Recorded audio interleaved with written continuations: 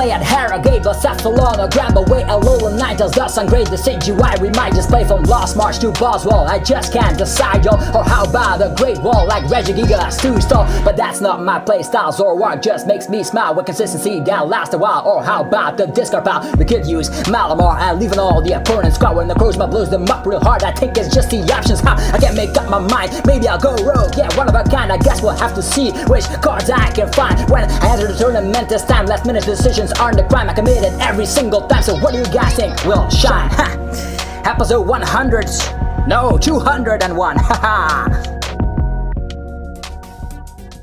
What's up YouTube, it's Decidueye here and welcome to episode 201. In this episode we're gonna talk about the best decks in the current standard format and which decks to look out for at, of course, your standard regionals. Regional tournaments are about to take place. The Harrogate regionals is this weekend and I'll be attending that one. So if you're also attending the Harrogate regionals, this is going to be an ideal list to just have like a little summary of the current format at the moment. This list is based on tournament results from the last couple of tournaments, League Cups and all that good stuff. So this is going to be a pure statistically designed list to just get yourself started if you're going to a regional. So to start this list, there's going to be 10 deck lists I'm going to share with you guys so you can already start play testing like crazy or decide which deck you want to be playing at a big event like this, or maybe you're just attending a challenge. It doesn't matter. These are going to be the top 10 best decks in the current standard format. Are you ready? Let's go. On the number 10 spot, we are gonna have a deck here called Lost March. The reason that's only on the number 10 spot is that it has not seen that much placements. People were actually overhyping this deck as Lost Thunder came out, but it actually is not performing as we thought, but it's actually still gaining popularity here and there, and it is performing. It actually has some placements at top 64 at certain regionals, so it is doing something right. So it's on the number 10 spot based on statistics. So what is the Lost March deck? It's all about Jump Lift and Natu with the Lost March attack, dealing 20 damage for each of your Pokemon that is in the Lost Zone. How do we get Pokemon in the Lost Zone? We have Lost Blender. With Lost Blender, we can put 2 cards in our hand to the Lost Zone and then draw a card. Cards that we don't want. Think about Marshadows that you don't need anymore, or maybe a Lille that you don't want to use. You can just put them in the Lost Zone, get some more damage buff to the Lost March attack. Jump Lift can deal it for a Grass Energy and Natu for a single DCE, so that they are one attachments away for just dealing bazillion amount of damage. There's also Super Boost in here, but because it's very easy to go into Jump Lift. In the early phase of the game, we just get out our Elm. There's 4 copies of that in here to just get our little Hoppips in play, and as soon as you evolve the next turn into the Skiploom, you can use the ability Flower Path to the Sky to evolve immediately to Jump Lift. You can just search your deck for a Jump Lift and bam, you just replace it with Skiploom. Skiploom and Hoppip and all underneath cards go straight into the Lost Zone to just help the attack out with Lost March. So there's of course even the Trumbeak with Mountain Pass. You just smack it down. It's even a stage 1, you cannot start with it. It's awesome. You just smack it down, look at the opponent's top card. If it's a supporter, you can just put it in the Lost Zone to just have a little bit of disruption. Either way, this Trumbeak goes to the Lost Zone, so this is going to be awesome. If it's not a supporter, you find that you just put it back safely. So the thing you want to do here is put everything in the Lost Zone and then just smack for over 200 damage with Jump Lift. There is even cards in here like, of course, Netball to just help consistency, Surge Dart, Grass Energy, because there's only 3 Grass Energies in total in this deck. But that doesn't even matter too much if we have Netball to search out the energies. There's lots of Great Balls in here. You just want to use your first turn Elm to just get your helps out, maybe slow the opponent down with a Let Loose of Marshadow, and then I think the deck just rolls like that. So that is going to be the number 10 spot. Hopefully this deck will improve further and people will start playing with it more. I even seen some lists running Shrine of Punishment, so Lost March is definitely a deck that you have to look out for. It's very good, but it's only on the number 10 spot thanks to statistics. Next up is going to be one of the decks that just got a huge downfall when Lost Thunder got released. It was considered the best deck in the format, but now thanks to all the fairy hype nowadays, it is stuck here at the number 9 position. We have Rayquaza Vikavolt.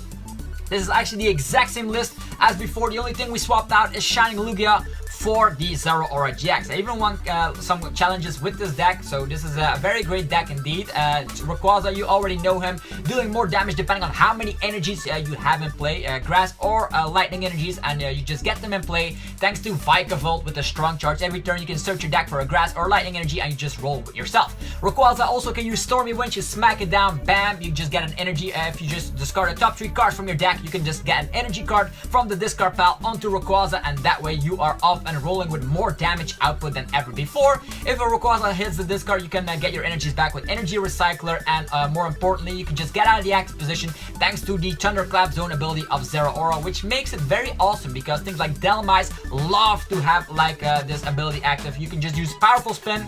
Next turn you retreat safely, and you can use Guzma or whatever. You can just retreat without paying energies. So that is very awesome. Delmice and the Zoroark combo, definitely love it. Zoroark can also build up some stuff. Let's say you brick and start with Zoroark. Try to get as many energies in the discard pile as possible by using Loss of Stormy Winds. Then using Full Voltage GX to set yourself up is also an option if you are not able to get out your Vikavolt. Marshadow for Disruption. It seems to be popping up in almost every top deck, so definitely get yourself a couple of Marshadows if you're looking at the vendor store and just saying, oh, that's a sweet Marshadow, don't have that, definitely stock up on a couple of those. They're yeah, very prominent in the format right now. And this deck just relies on Nazballs and the power of Voltner to get your rare candies out to go into Vikavolt, and as simple as that. It also gets out an energy, which is awesome. So this is going to be on the number 9 spot because, of course, other decks are out there. Lots of decks run Alolan Ninetales GX, which can safely one-shot Rayquaza if they have a Choice Band equipped, which you can safely search out, but thanks to the Mysterious Guidance ability. So Rayquaza in the format right now, if you don't face any Alolan Ninetales, or if you just plan on one-shotting them and running through those, you're gonna be fine. Also, Granbull will be popping up in this video, so that's why Rayquaza still slumbering down at the number 9 spot. Okay, the number 8 spot I think is going to go to Buzzwole, Lycanroc, Alolan Ninetales. Buzzwole, Lycanroc, Alolan Ninetales is a difficult one. It's actually very difficult to place these decks in a difficult order, but I just went on statistic. This deck is very great against Zoroark, and if you're doing great against Zoroark, you're doing something well at the tournament. Not only that, this deck now has the power of Alolan Ninetales with Mysterious Guidance. You can search 2 items, and most of the time that will be bam, your B-strings at the time when you can use them, and then Buzzwole just smacks with knuckle impacts left and right, and you have to dodge because it's going to be crazy. We have things like Choice Band to buff the damage up. We have things like the Diancie Prism Star to boost the damage up. We have the Bloodthirsty Eyes at our disposal to target something down that we want to one-shot. So this deck has it all, has answers to almost everything in the format, is weak against, of course, Psychic. But yeah, what else can you do about it? So you just try to just win that prize race. Very bad matchup. Every deck does have its bad matchups, and this bad matchup is, of course, Malamar, which we'll see later down in the video.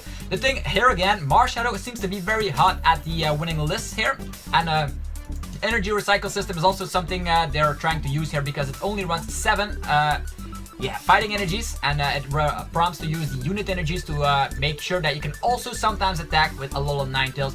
Very great against things like Blacephalon, because as you know, Alolan Ninetales kills Ultra Beast with 1 attack, Sublimation GX, with 2 energies, bam, every Ultra Beast sees the discard quicker than they can just place it down.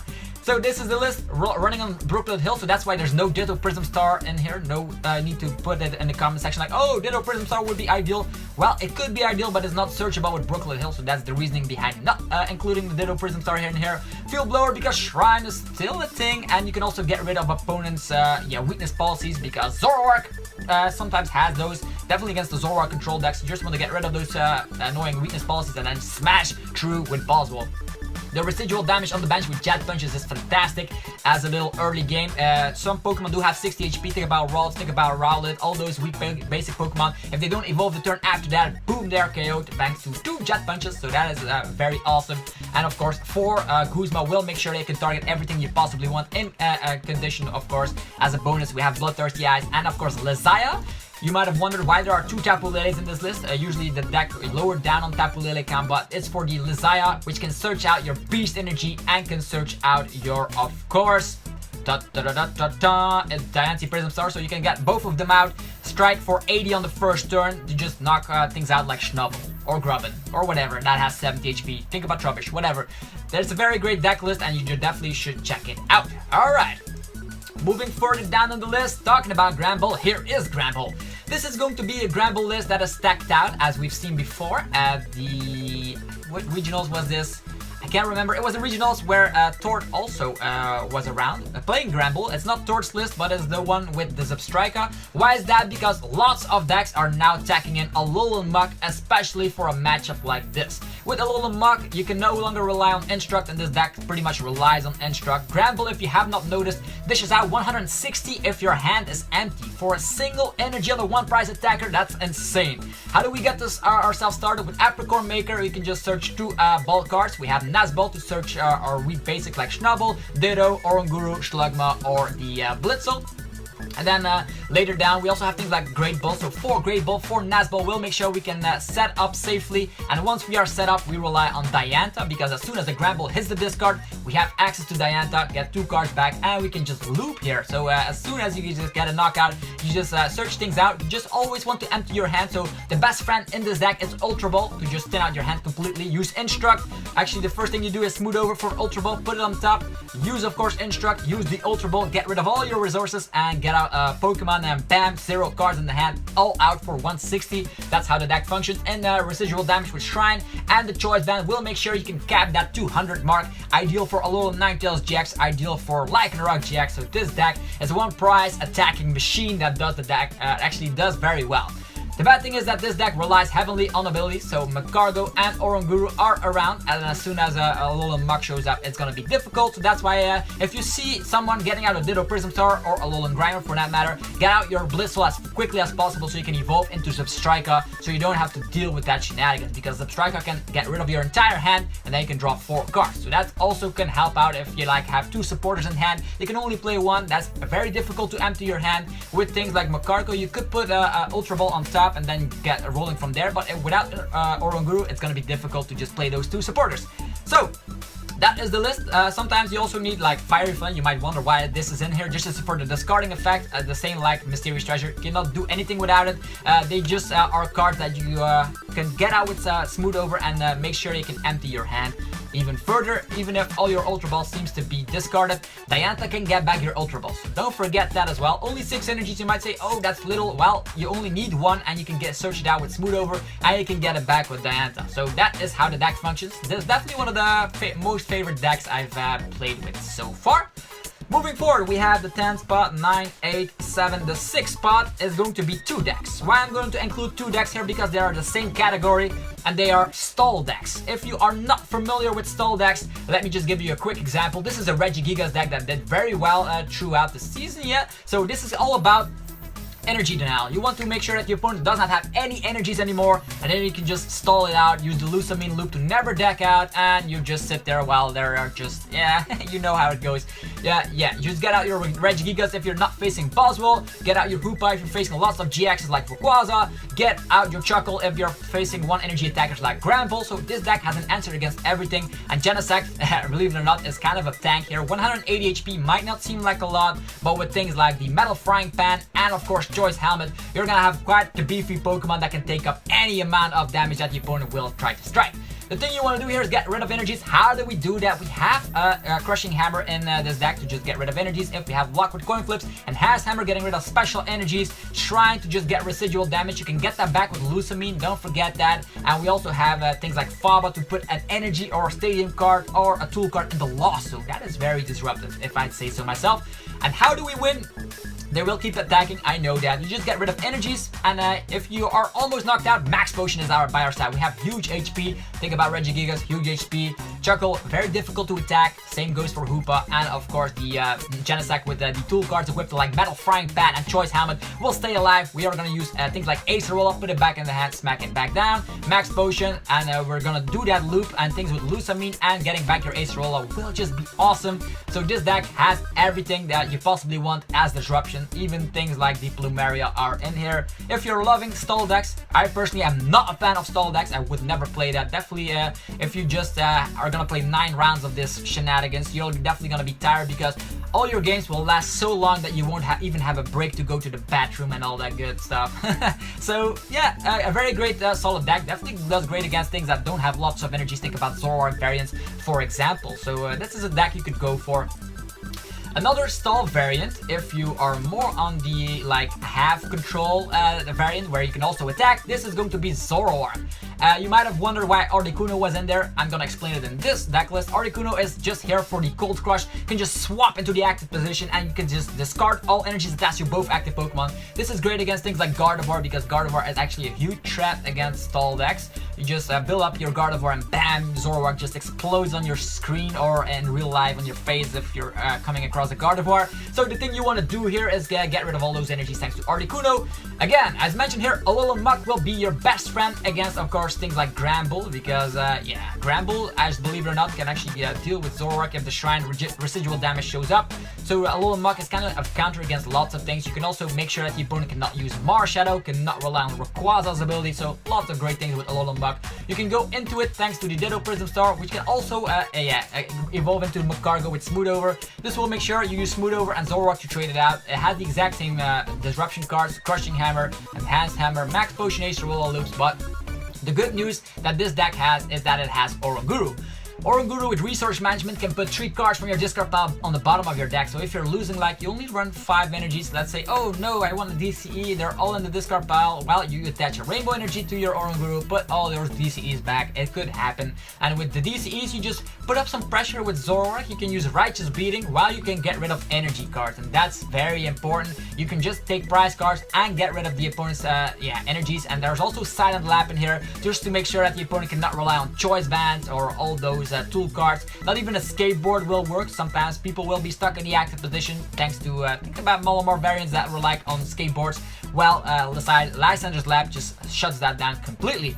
Yeah, a very nice list, and the Skull Grunt is just so dangerous. Even against those rogue decks like with Meganium that only run 1 energy, you're gonna have to be afraid of this Skull Grunt shenanigans. So, Zoroark control, that's why I put 2 decks at the same spot here. There's 2 versions of 2-play stall you can play. There's even more versions, but these are the 2 prominent versions that actually did well at tournaments. I believe Zoroark control actually won a regional, so never sleep on a control deck like that. Next up, we are gonna talk about Necrozma Malamar. It seems ages ago that we talked about this deck. It's been around forever, ever since Malamar came out in Forbidden Light. We saw an archetype being made, a gas can version. We of course gonna be running the insane skateboard variants, 4 copies of that in here to just retreat our Inkay. I do suggest running 2 Marshadow GX in your current Malamar list because Zoroark is going to be popping up all over the world, so definitely get yourself some Marshadows to just have an answer against those. You can copy things from the discard. Let's say there is a Deoxys in the discard pile. You can copy the Power Blast. It's gonna be awesome. Also, you can copy a very great technique I like to call here is just copying the Moon's Eclipse GX with Marshadow. So that way, Marshadow is safe. And you can safely use the attack here of the Moon's Eclipse while destroying a Zoroark and becoming immune thanks to Moon's Eclipse GX side effect. Bell of Silence, Chimecho. Do I need to say more? This can win matchups. With this, the opponent cannot play down any Pokemon with an ability. Against things like Gardevoir, Swampert, which we're gonna talk about soon, that's an ideal nightmare. They cannot do anything about it. Everything they will smack down have abilities, and sometimes they don't even run the stage 1. So Chimecho can single-handedly win games, so that's why I suggest definitely getting it into your list here. Then the 4/4 line of Malamar, pretty self-explanatory. Psychic Recharge charges up either your Giratina or your Necrozma GX is very, very awesome to work with because it dishes out lots of damage. And with Choice Band, you can cap those numbers here and one-shot things like Lycanroc and all the good stuff. You have great matchup against Buzzwole, so that's already a great start. And the new thing in this deck, it's very consistent for Acrobat, for Mysterious Treasure, for Ultra Ball. All the good things have a 4 off, but then there's 1 adventure back, grabbing yourself that Choice Band or the Escape Board when needed.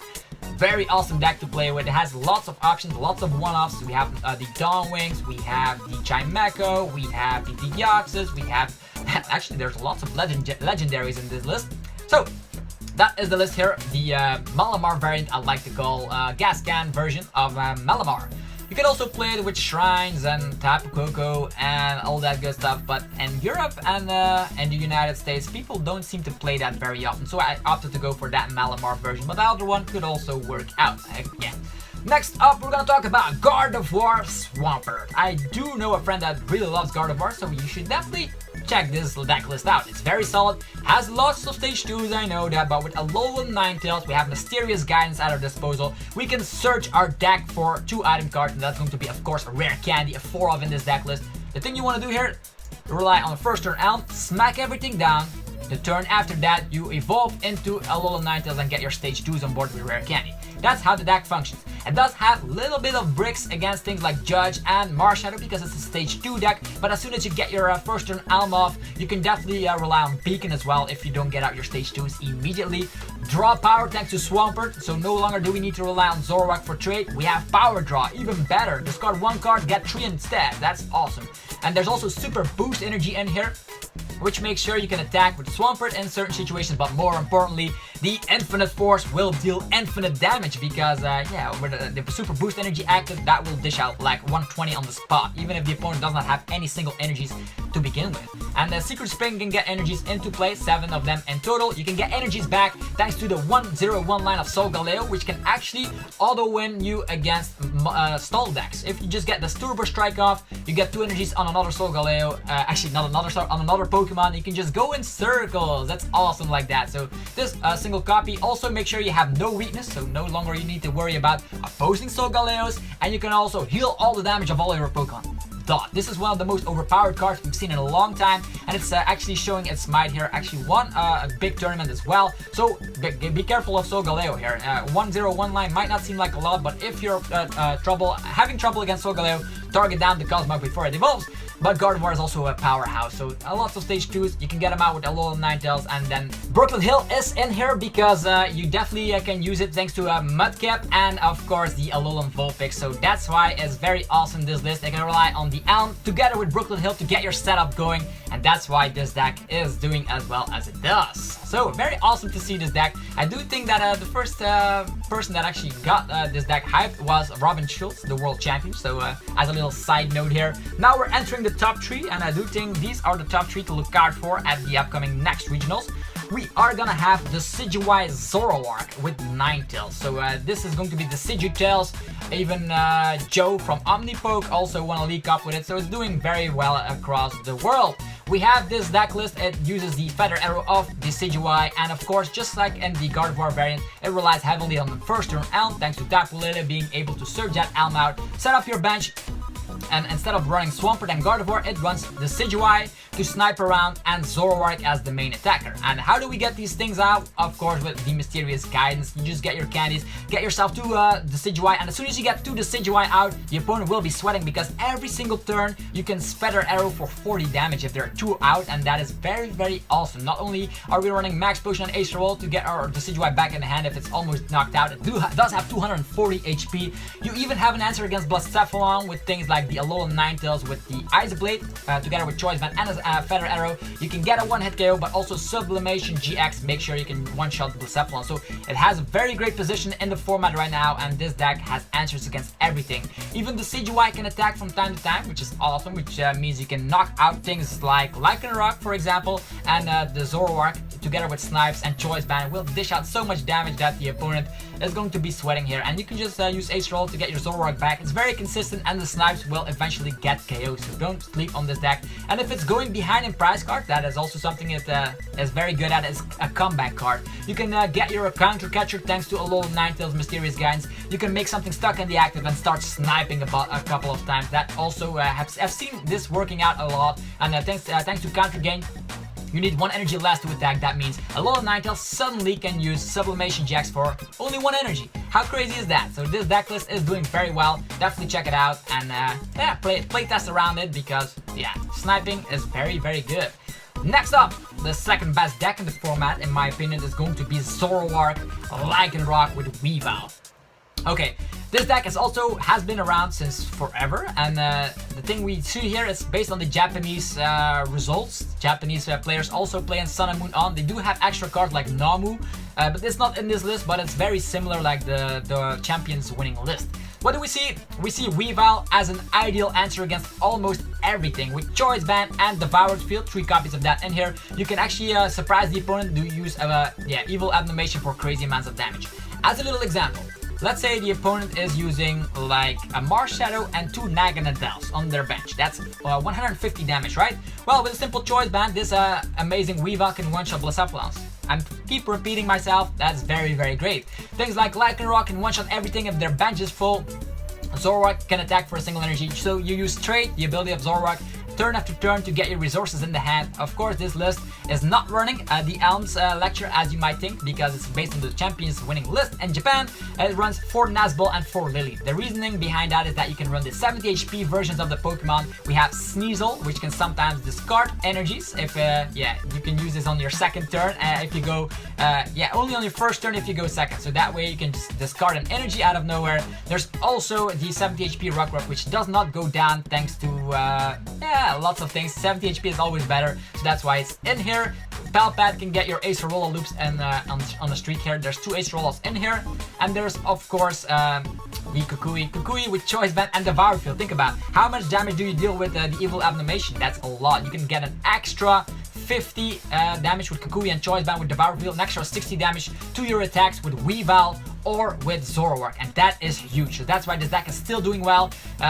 Occasionally, if you get that first turn attachment onto a Rockruff, this Lycanroc will also take KOs, and with Bloodthirsty Eyes, you can target everything you want to smack down with Zoroark. So very, very solid straight list. And for DCE and for unit energy, we'll make sure that you can attack with everything. The unit energy can help with Weavile, but it can also help out with Lycanroc. So definitely test the list out. It's very consistent. It draws like crazy. If you can get out multiple Zoroarks, you're definitely gonna have an awesome time. And now to the first place winning list. Actually, the first place winning list, it's almost everywhere that is winning, is Blacephalon Naganadel. It's the best deck in the format. Blacephalon Naganadel is all about, Blacephalon and the attack Mind Blown. You can put energies as much as you like in the Lost Zone, fire energies that is, and for every energy you put in the Lost Zone, you dish 50 damage. With, of course, Naganadel, with charging up, you can get energies back from the discard pile, so you can have draw cards like Sophocles here, being very great, and Sightseer. Get all your fire energies in the discard pile, just get them back with Naganadel, and then use Mind Blown to Lost Zone them. Not only does it have a great matchup against almost everything in the format, thanks to the raw speed of course, its GX move, Burst GX, it also can come back out of nowhere with B-String. So be very careful if you're playing against Blacephalon and you have 3 or 4 prize cards remaining. They might spam B-String and just obliterate you with Mind Blown. So this deck is going to be very great. It's also a tacked out list, a 1 Muck line together with the Ditto. We'll make sure this deck has a great matchup against the Granbull. So as mentioned, if you can get this Granbull out, Granbull this, a little Muck out, Granbull cannot do anything anymore because they cannot rely on Instruct. As the Stadium cards, Heat Factory Prism Star, one of the best Stadium cards around. You can discard a Fire and draw 3 cards. How good is that? Discarding a Fire, getting it back with Naganadel, and drawing into a B-String. That are combos that are just so good. That's why this deck is the best deck in the format. Things like Marshmallow, which can be searched out through the many mysterious treasures that are in here. This is just great. You have an answer against everything, very consistent. Use Ultra Space, get your Naganadels up and rolling, and as soon as one of your Blacephalons dies and you have already taken 3 prize cards, Naganadel suddenly turns into a crazy good attacker here with Turning Point, dishing out 160 if the opponent has, if you have exactly 3 prize cards. Why is this deck the best deck in the format? Well, it has, as mentioned, answers against everything. But that's also the reason why the Buzzwole variants are so low, because Blacephalon is so high. And with Naganadel, Blacephalon is just sweating so much. It's just way too good, man. Naganadel is just awesome.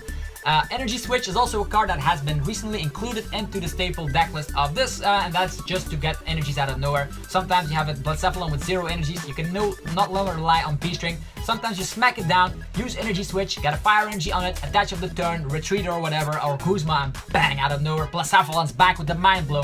So that is what I do believe to be the 10 best decks in the format. So hopefully you guys enjoyed me going through the entire list. Definitely take a print screen, put it in the highest resolution on YouTube. Take a print screen of the deck you like and start testing already. If you want to see more deck lists, maybe some rogue deck lists here and there, subscribe to the channel. I always upload crazy decks here and there if for the people that are on a budget or just crazy rogue decks in general. So hopefully you guys enjoyed the video. If you did, be sure to smash the like button and subscribe for more content as mentioned. I'll be seeing you guys in the next video. Have a fantastic rest of your day, and I'll see you guys in the next one. Peace out.